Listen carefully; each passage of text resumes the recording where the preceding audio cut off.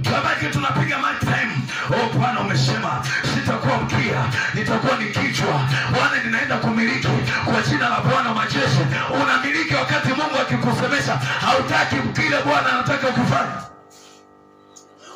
Utakuwa mkia. Wezio wanavyotaka kukufunga wewe walitumia gharama. Wametumia ng'ombe, wametumia kondoo. Alafu wewe unataka kufunguliwa, unataka ukae sawa sawa. Unasema mimi niko na 500. Sisi tumemchukulia Mungu ni wa kawaida. Lakini kwenye swala la kutoa, kama tungelichukulia serious, tungeliona Bwana namna anavyofanya.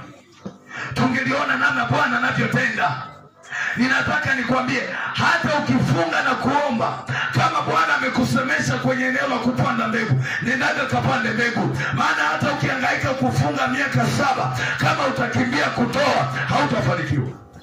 Hautafanikiwa. Nenda kwa mtume yoyote, nenda kwa mchungaji yoyote, kunywa maji ya upako, kula chumvi za upako, kula na sabuni za upako, hautafanikiwa.